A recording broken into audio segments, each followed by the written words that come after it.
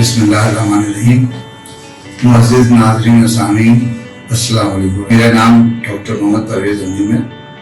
मैं Medicare hospital में senior consultant orthopaedic surgeon के तौर पे काम कर रहा हूँ। मैंने as a professor at head of department जारी general hospital, civil hospital, Dow Medical College, Dow International Medical College में अपने फ़राज़ मनसबी अंजाम दे चुका हूँ।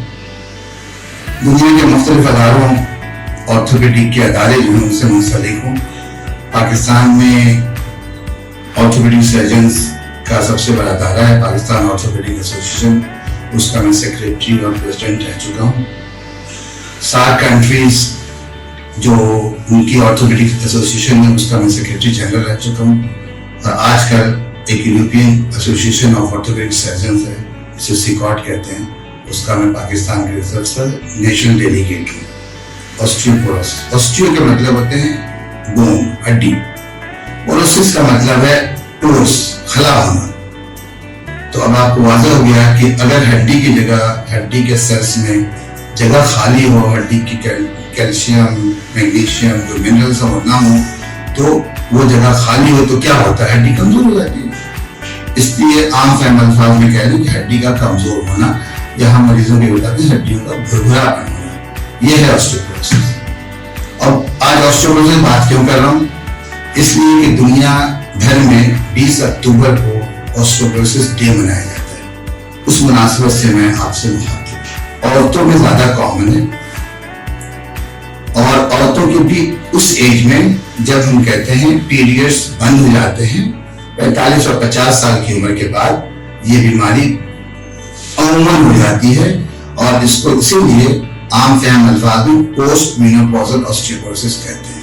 80% 90% जो बीमार ऑस्टियोपोरोसिस वो पोस्ट मेनोपॉजल सेकेंडरी ऑस्टियोपोरोसिस, यानी अगर किसी दवा का इस्तेमाल कर रहे हैं, कोई ऐसी बीमारी है जिसके से हड्डियां कमजोर हो जाती हैं, तो सबसे कॉमन जो चीज है वो मैं आपको बताता हूँ कि एक दवा है जिसे हम कहते हैं कॉर्टिसोन या स्टेरॉइड्स कहते हैं। ये खाने से अगर लंबी देर बहुत ज्यादा दिनों तक खाएं तो इससे बहुत सारी साइड इफेक्ट्स होती हैं, उनमें हड्डियों का कमजोर होना भी है। बाद बीमारियों में ये दवा बिल्कुल जरूरी रहती है इस बीमारी से बचने के लिए। तो डॉक्टर हजरात हमें लंबी अरसे के लिए दवा देते हैं, तो उस वक्त ये किया जाता है, डॉक्टर बताते भी हैं कि देखिए इससे ये साइड इफेक्ट्स हो सकती हैं, तो इनका भी इलाज कराएं। जिस तरह की अगर सांस की बीमारी हो तो बहुत अरसे तक हम कॉर्टिसोन इस्तेमाल कराते हैं। आंखों की बीमारी का मसला हो तो हमारे आंखों के स्पेशलिस्ट बहुत अरसे तक कॉर्टिसोन का इस्तेमाल कराते हैं। तो उस वक्त आप या जो डॉक्टर हैं वो इस बात का ख्याल रखें कि और सारी चीजों के साथ ऑस्टियोपोरोसिस का भी इलाज करें। ये एजिंग प्रोसेस है। हर औरत मर्द को अगर वो लंबी उम्र पाता है तो किसी न किसी लेवल पे ऑस्टियोपोरोसिस होता है। अब पता कैसे चले, तो पता इससे चलता है कि ये एक ऐसी साइलेंट डिजीज है कि इसी को साइंस सेंटर में, जैसा मैंने बताया आपको, कोई दर्द नहीं होता, कोई और बात नहीं होती, हड्डी कमजोर हो जाती है। अब जरा सी चोट लगे, हल्का सा कहीं गिरे तो फ्रैक्चर हो जाता है। ये बड़ी खतरनाक चीज है।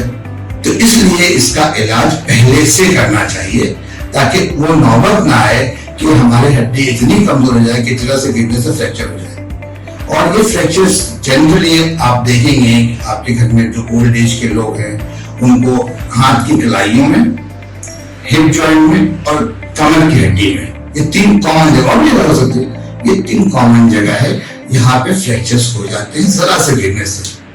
तो इस चीज के लिए दुनिया भर में इस चीज को रोकने के लिए ऑस्टियोपोरोसिस का इलाज किया जाना इंतहाई जरूरी है। इसलिए ऑस्टियोपोरोसिस इलाज आसान है, फ्रैक्चर्स का इलाज बहुत मुश्किल है, बाज़ दफा जानलेवा होता है। इसलिए इसकी अहमियत को समझना चाहिए और इसका इलाज वक्त से पहले, यानी फ्रैक्चर से पहले करना चाहिए। के मामले में 3 फेजेस होते हैं। 20-25 साल तक हड्डियां ज्यादा बनती हैं, टूटती बहुत कम है, इसलिए हड्डी बनने का अमल बहुत तेज होता है। 25 से 50 साल तक हड्डियां बनने का अमल और टूटने का अमल बराबर होता है, अल्लाह ताला ने बैलेंस कर रखा है। تو برابر چلتا ہے ساتھ ساتھ، ٹوٹ بھی نہیں اندر بن بھی نہیں ہے، آپ کو پتا نہیں ہے، ہمیں پتا نہیں ہے. لیکن 50 سال کے بعد ٹوٹنے کا عمل بہت زیادہ ہو جاتا ہے، بننے کا عمل بالکل ختم ہو جاتا ہے. تو صرف بچاؤ کا طریقہ بہت آسان ہے، ڈائٹ سے رکھیں اور ایکسرسائز کریں. اب ہم آخر میں تھوڑی سی بات آپ بتا دیں.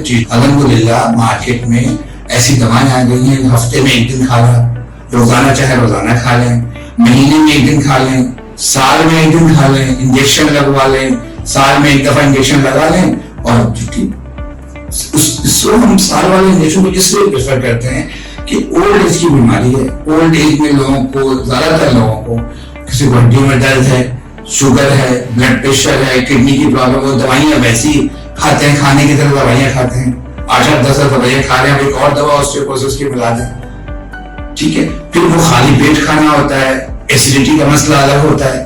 تو اس کو کہتے ہیں ایک انجیکشن نس میں لگانا، ہڈیوں کا انجیکشن نہ لگائے گا، نس میں لگانے. کمپنی والے گھر جا کے لگاتے ہیں، وہ لگا لیں اور 1 سال کے بعد پھر ریپیٹ کر لیں. تو آسٹیوپروسس کی کسی اور دوا لینے کی ضرورت نہیں ہوگی. لیکن یہ کسی ماہر ڈاکٹر کے مشورے سے کریں. جب تک کے لیے خدا حافظ.